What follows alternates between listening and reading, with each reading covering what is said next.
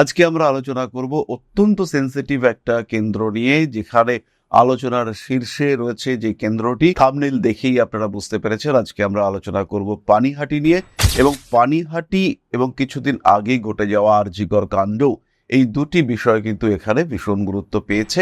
এবার মানুষের একটা সিম্প্যাথি কাজ করবে এবং অবশ্যই করবে, এবং এই বিষয়টিকে কিন্তু কাজে লাগাবে বিজেপি। অন্যদিকে তীর্থঙ্কর বাবুর রয়েছে বলবান সংগঠন। মৃগশিরা নক্ষত্র প্রচুর লড়াই এবং সবশেষে ব্যর্থতা বা সমস্যা তাকে ইন্ডিকেট করে। সেইখানেই অবস্থান করে রয়েছে ইউরেনাস এবং মৃগশিরার অধিপতি মঙ্গল, তার সঙ্গে কিন্তু রাহুর সমন্বয় আমরা দেখতে পাচ্ছি। মকর লগ্নের রাহুর অবস্থান টিএমসি ক্যান্ডিডেটের জন্য কিন্তু খুব একটা সুখদায়ক নয়। অন্যদিকে মকরের নবমপতি বুধ, সে কিন্তু নিচস্থ হয়ে অবস্থান করে রয়েছে।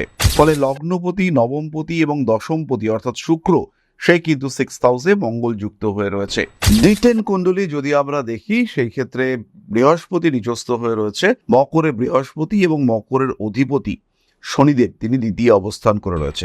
মঙ্গলের এই অষ্টম দৃষ্টি শুক্রের ওপরে, শুক্রের সঙ্গে রাহুর সংযোগ, এটা কিন্তু একটা মৃদু পরিবর্তনের সম্ভাবনাকে নির্দেশ করে।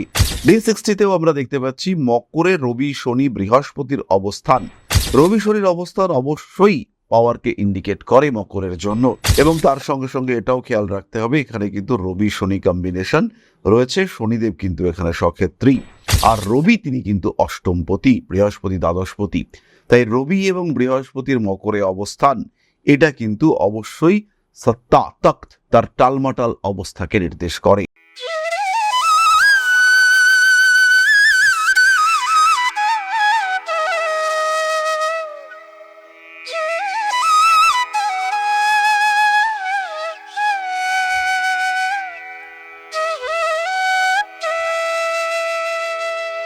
নমস্কার, ঋষিবাণী ইনস্টিটিউট অফ ভেদিক অ্যাস্ট্রোলজির পক্ষ থেকে স্বাগত জানাই আজকের জ্যোতিষ আলোচনায়। আমি শান্তনু আপনাদের সঙ্গে। আলোচ্য বিষয় ইলেকশন, ভোট, পশ্চিমবঙ্গের ভোট যুদ্ধ। এই বিষয় নিয়ে সম্পূর্ণ প্রশ্ন জ্যোতিষ নির্ভর কিছু ডিসকাশন আমরা করছি এবং বেশ কিছুদিন ধরেই করে আসছি। বিষয়টি একেবারেই রাজনৈতিক নয়, যদিও আলোচনার মূল বিষয় সেটি হলো রাজনৈতিক, অবশ্যই রাজনৈতিক, কিন্তু আমাদের আলোচনা সেটি কিন্তু শিক্ষামূলক। এই বিষয়টি আপনাদের প্রত্যেককেই মাথায় রাখতে হবে। রাজনৈতিক রং চড়াবার চেষ্টা অবশ্যই করতে পারেন, কিন্তু তার দায় আমাদের নয়। আজকে আমরা আলোচনা করব অত্যন্ত সেন্সিটিভ একটা কেন্দ্র নিয়ে, যেখানে আলোচনার শীর্ষে রয়েছে যে কেন্দ্রটি। থাম্বনেইল দেখেই আপনারা বুঝতে পেরেছেন আজকে আমরা আলোচনা করব পানিহাটি নিয়ে। এবং পানিহাটি এবং কিছুদিন আগে ঘটে যাওয়া আরজিকর কাণ্ড, এই দুটি বিষয় কিন্তু এখানে ভীষণ গুরুত্ব পেয়েছে। পানিহাটি কেন্দ্রে হাড্ডাহাড্ডি লড়াই চলবে তীর্থঙ্কর ঘোষ এবং রত্না দেবনাথ। রত্না দেবনাথ সম্পূর্ণ অরাজনৈতিক ব্যক্তিত্ব। একটি দুর্ঘটনার শিকার হওয়ার পরে তিনি কিন্তু এই রাজনৈতিক ছত্রছায়ার মধ্যে চলে এসেছেন। অন্যদিকে টিএমসির তীর্থঙ্কর ঘোষ, তিনি কিন্তু বেশ ভালো পর্যায়ের নেতা। তীর্থঙ্কর বাবুর সবচেয়ে বড় স্ট্রং পয়েন্ট তার সংগঠন, এবং রত্না দেবনাথ বিজেপির, তার সবচেয়ে বড় স্ট্রং পয়েন্ট তার হলো সহানুভূতি। একটা সময় আরজিকর কাণ্ডে লক্ষ লক্ষ মানুষ রাস্তায় নেমে এসেছিল, তারা প্রতিবাদ জানিয়েছিল, মোমবাতি নিয়ে মিছিল করেছিল তারা, এবং সেখানে কিন্তু প্রচুর জনসমর্থন ছিল। আমি নিজেও সেখানে উপস্থিত ছিলাম। ফলে তার প্রতি একটা সিম্প্যাথি বা তার প্রতি একটা প্রচেষ্টা, একটা প্রতিবাদের ভাষা, সেটা কাজ করবে, এটা আশা করা যায়। মানুষ প্রতিবাদ তখন করতে পারেননি, মানুষ এখন প্রতিবাদ করতে চাইবেন, এবং প্রতিবাদের একটা রেজাল্ট আসুক সেটাও মানুষ চাইবেন। তখন ডাক্তারবাবুদের কণ্ঠস্বর অনেকটাই স্তব্ধ হয়েছিল, তাদের প্রতিবাদ বা তাদের আন্দোলন সেটা কিন্তু পূর্ণ মাত্রা পায়নি, সেটা স্তব্ধ হয়েছিল, এবং যেভাবে মানুষ পথে নেমে এসেছিলেন সেটা কিন্তু সম্পূর্ণতা পায়নি। এবার মানুষের একটা সিম্প্যাথি কাজ করবে এবং অবশ্যই করবে, এবং এই বিষয়টিকে কিন্তু কাজে লাগাবে বিজেপি।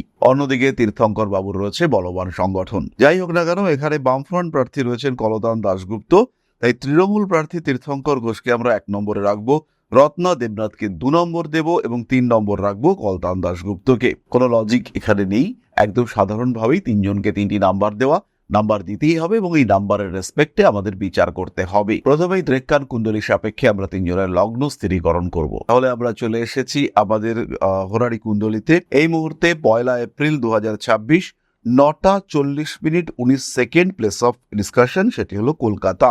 বৃষলগ্ন, মৃগশিরা নক্ষত্র। মৃগশিরা নক্ষত্র প্রচুর লড়াই এবং সবশেষে ব্যর্থতা বা সমস্যা তাকে ইন্ডিকেট করে। সেইখানেই অবস্থান করে রয়েছে ইউরেনাস এবং মৃগশিরার অধিপতি মঙ্গল, তার সঙ্গে কিন্তু রাহুর সমন্বয় আমরা দেখতে পাচ্ছি। ফলে বেশ কিছু দুর্নীতি, বেশ কিছু অশান্তি এটা এক্সপেক্ট করা যাচ্ছে। চতুর্থভাবে কেতু অবস্থান করে রয়েছে, ফলে ইলেকশনের আগে কিছু বিট্রয়, কিছু দল পরিবর্তন, এই সমস্ত বিষয় দেখতে পাওয়া যাবে এবং ক্ষমতা ধরে রাখার লড়াই আরো কঠিন হতে চলেছে এই সময়, এটা খেয়াল রাখতে হবে। যাই হোক, আমরা চলে আসবো সরাসরি রেখান কুণ্ডলিতে এবং সেখান থেকে আমরা কিন্তু আইডেন্টিফাই করব সঠিক লগ্ন এবং এই তিনজনের লগ্নগুলিকে। রেখান কুণ্ডলিতে প্রথম লগ্ন মকর, দ্বিতীয় লগ্ন মীন এবং তৃতীয় লগ্ন বৃষ। রেখান কুণ্ডলী অনুযায়ী মকরের সপ্তমে রবি শনি যোগ, মীনের ক্ষেত্রে কিন্তু পঞ্চমে এই রবি এবং শনি সংযোগ রয়েছে। আমরা নবাংশ কুণ্ডলিতে চলে আসবো। নবাংশ কুণ্ডলিতে আমরা দেখতে পাচ্ছি মকর লগ্নের রাহুর অবস্থান। মকর লগ্নের রাহুর অবস্থান টিএমসি ক্যান্ডিডেটের জন্য কিন্তু খুব একটা সুখদায়ক নয়। অন্যদিকে মকরের নবমপতি বুধ, সে কিন্তু নিচস্থ হয়ে অবস্থান করে রয়েছে। ফলে লগ্নপতি, নবমপতি এবং দশমপতি অর্থাৎ শুক্র, সে কিন্তু 6th হাউসে মঙ্গল যুক্ত হয়ে রয়েছে। টিএমসি প্রার্থীর এখানে হেরে যাওয়ার কিন্তু সম্ভাবনা অবশ্যই রয়েছে অ্যাকর্ডিং টু D9 কুণ্ডলী। বাট এই ডিসকাশন আলটিমেট নয়। মীন রাশি বা মীন লগ্নের ক্ষেত্রে বুধ, তিনি কিন্তু নিচস্থ হয়ে মীনেই অবস্থান করে রয়েছেন। নবাংশ কুণ্ডলিতে তার পঞ্চমে রয়েছে কেতু। ফলে সন্তান ওরিয়েন্টেড একটা সিম্প্যাথি তিনি অবশ্যই পাবেন। বুদ্ধির ভুল হওয়ার সম্ভাবনা রয়েছে। রাজনীতিতে একেবারেই নতুন, তাই এক্ষেত্রেও কিছু সমস্যার মধ্যে আপনি কিন্তু অবশ্যই পড়তে পারেন। তবুও আমরা এই ক্ষেত্রে বলবো যে বিজেপি প্রার্থীর কিন্তু জেতার সম্ভাবনা D9 কুণ্ডলী থেকে বেশি, তবে এটা কখনোই নির্ণায়ক কুণ্ডলী নয়। এবার আমরা চলে আসবো D10 কুণ্ডলীতে। D10 কুণ্ডলী যদি আমরা দেখি, সেই ক্ষেত্রে বৃহস্পতি নিচস্থ হয়ে রয়েছে। মকরে বৃহস্পতি এবং মকরের অধিপতি শনিদেব, তিনি দ্বিতীয় অবস্থান করে রয়েছে। D10 কুণ্ডলী অনুযায়ী লড়াই কিন্তু সমান সমান, অর্থাৎ D9 এবং D10 দুটো কুণ্ডলীকেই যদি আমরা ধরি, সেই ক্ষেত্রে অবশ্যই কিন্তু আমরা বলবো যে বিজেপি প্রার্থী তার কিন্তু পাল্লা ভারী। এবং দেবগুরু বৃহস্পতি D10 কুণ্ডলীতে অবস্থান করে রয়েছেন মকর রাশিতে, চর রাশিতে। তার উপরে এইখানে রবি কিন্তু তুঙ্গ হয়ে রয়েছে, আর তার সঙ্গে সঙ্গে মঙ্গলের একটা অষ্টম দৃষ্টি শুক্রের ওপরে রয়েছে। মঙ্গলের এই অষ্টম দৃষ্টি শুক্রের ওপরে, শুক্রের সঙ্গে রাহুর সংযোগ, এটা কিন্তু একটা মৃদু পরিবর্তনের সম্ভাবনাকে নির্দেশ করে। যদিও খুব স্ট্রং নয়, বাট স্টিল মৃদু পরিবর্তনের সম্ভাবনা রয়েছে। এবং এখান থেকেও আমরা অবশ্যই বলবো রত্না ম্যাডাম, বিজেপির প্রার্থী রত্না ম্যাডাম, তার গ্রোথ রেট বা তার সাকসেস রেট এখানে কিন্তু বেশি। এবার আমরা চলে আসবো আলটিমেটলি ডিসিশন মেকিং চার্টে, অর্থাৎ D60। D60তেও আমরা দেখতে পাচ্ছি মকরে রবি শনি বৃহস্পতির অবস্থান। রবি শনির অবস্থান অবশ্যই পাওয়ারকে ইন্ডিকেট করে মকরের জন্য, এবং তার সঙ্গে সঙ্গে এটাও খেয়াল রাখতে হবে এখানে কিন্তু রবি শনি কম্বিনেশন রয়েছে। শনিদেব কিন্তু এখানে সক্ষেত্রী, আর রবি তিনি কিন্তু অষ্টমপতি, বৃহস্পতি দ্বাদশপতি। তাই রবি এবং বৃহস্পতির মকরে অবস্থান, এটা কিন্তু অবশ্যই সত্তা তখ্ত, তার টালমাটাল অবস্থাকে নির্দেশ করে। রত্না ম্যাডামকে ইন্ডিকেট করছে মীন রাশি। মীনের অধিপতি বৃহস্পতি, তিনি নিচস্থ হয়েছেন, যদিও একাদশে। একাদশ মানে সাকসেস। প্রচুর প্রচেষ্টার ফলে তিনি সাকসেসফুল হতে পারেন এবং অবশ্যই পারেন। তার গ্রোথ রেট কিন্তু তুলনামূলকভাবে বেশি, এবং এই যে সিম্প্যাথি, এটা কাজ করবে এখানে। এবং আমরা দেখতে পাচ্ছি তার 7th হাউসে কিন্তু চন্দ্র অবস্থান করে রয়েছে। ফলে একটা নিঃশব্দ লড়াই, এটা কিন্তু অবশ্যই দেখতে পাওয়া যাবে এবং প্রতিটা পদক্ষেপে দেখতে পাওয়া যাবে। ফলে D60 কুণ্ডলী এটাও কিন্তু রত্নাদেবীকে সাপোর্ট দিচ্ছে। তবে এই ক্ষেত্রে আলটিমেট ডিসিশন সেটা কিন্তু অবশ্যই পাবলিক নেবে। আমরা চলে আসবো আজকের বিংশোত্তরী দশা, অন্তর্দশা এবং প্রত্যন্তর দশায়। যেহেতু খুবই অল্প সময়ের ব্যবধান, তাই আমরা এখানে অবশ্যই প্রত্যন্তর দশা বা সূক্ষ্ম দশা পর্যন্ত গমন করব। সূক্ষ্ম দশায় যদি আমরা যাই, সেই ক্ষেত্রে রবি, বুধ, বৃহস্পতি এবং শনি। ফলে বৃহস্পতির প্রত্যন্তর দশা, শনির সূক্ষ্ম দশা, লড়াই কিন্তু হাড্ডাহাড্ডি, উভয় পক্ষেরই এখানে জিতবার সম্ভাবনা রয়েছে। ভাগ্যলক্ষ্মী উভয়ের ক্ষেত্রেই কিন্তু সাপোর্টিভ। তবে যদি আমরা দেখতে চাই, এই ক্ষেত্রে মীনের অবস্থা অবশ্যই পজিটিভ, এবং আলটিমেটলি মকরের থেকে মীনের কন্ডিশন কিন্তু বেটার। মকরের ক্ষেত্রে আমরা দেখতে পাচ্ছি বৃহস্পতির সাপোর্ট সবচেয়ে বেশি, এখানে শুক্রেরও একটা বিরাট সাপোর্ট রয়েছে। ফলে মহিলাদের একটা বড় অংশ এবং ইয়ং মহিলাদের একটা বড় অংশ, তারা কিন্তু অবশ্যই তৃণমূলকে ভোট দেবে, চরমভাবে ভোট দেবে। মকরে আমরা দেখতে পাচ্ছি টোটাল মার্কস হচ্ছে 29, এবং মীন রাশিতে আমরা দেখতে পাচ্ছি সেটা কিন্তু 28। 1 নম্বরের ডিফারেন্স রয়েছে। এই ডিফারেন্স মেকআপ করা এটা কিন্তু কোনো অংশে কঠিন নয়। সূর্যদেব অর্থাৎ রবি মকরে 3 পয়েন্ট, মীন রাশিতে 5 পয়েন্ট। ফলে জেতার সম্ভাবনা এটা কিন্তু বিজেপি প্রার্থীর ক্ষেত্রে অনেকটাই বেশি। তবে এই ক্ষেত্রে একটি বিষয় মাথায় রাখতে হবে, রাহু সে কিন্তু মকরে 6 পয়েন্ট দিয়ে বসে রয়েছে।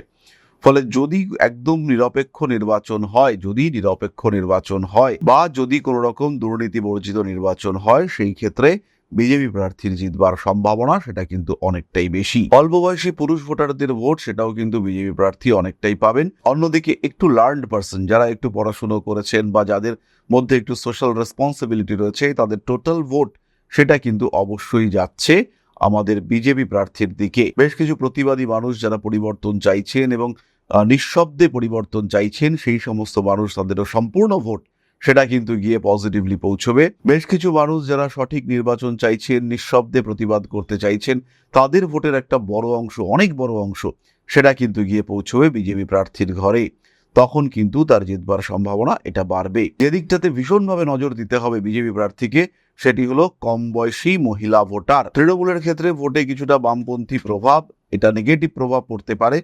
তার সঙ্গে সঙ্গে কিছু ভোট কেটে যাওয়া, নির্দল প্রার্থী বা অন্যান্য কোনোভাবে ভোট চলে যাওয়া ইত্যাদির একটা সম্ভাবনা এটা রয়েছে। আর দলের মধ্যে তীব্র অসন্তোষ, এটাও কিন্তু তৃণমূল প্রার্থীর সমস্যার একটা বড় জায়গা হয়ে উঠতে পারে। সুতরাং যদি আমরা একটা সার্বিক বিচার করতে চাই এবং D60 কুণ্ডলীর রেসপেক্টে একটা সার্বিক বিচার খুঁজে বার করবার চেষ্টা করি, সেই ক্ষেত্রে অবশ্যই আমরা বলবো যে বিজেপি প্রার্থী তার কিন্তু জেতার সম্ভাবনা পার্সেন্টেজ বেশি। চেষ্টা লড়াই উভয় দিক থেকে হবে, গ্রোথ রেট দুজনের ক্ষেত্রেই রয়েছে, দুজনেই হাড্ডাহাড্ডি লড়াই করবেন।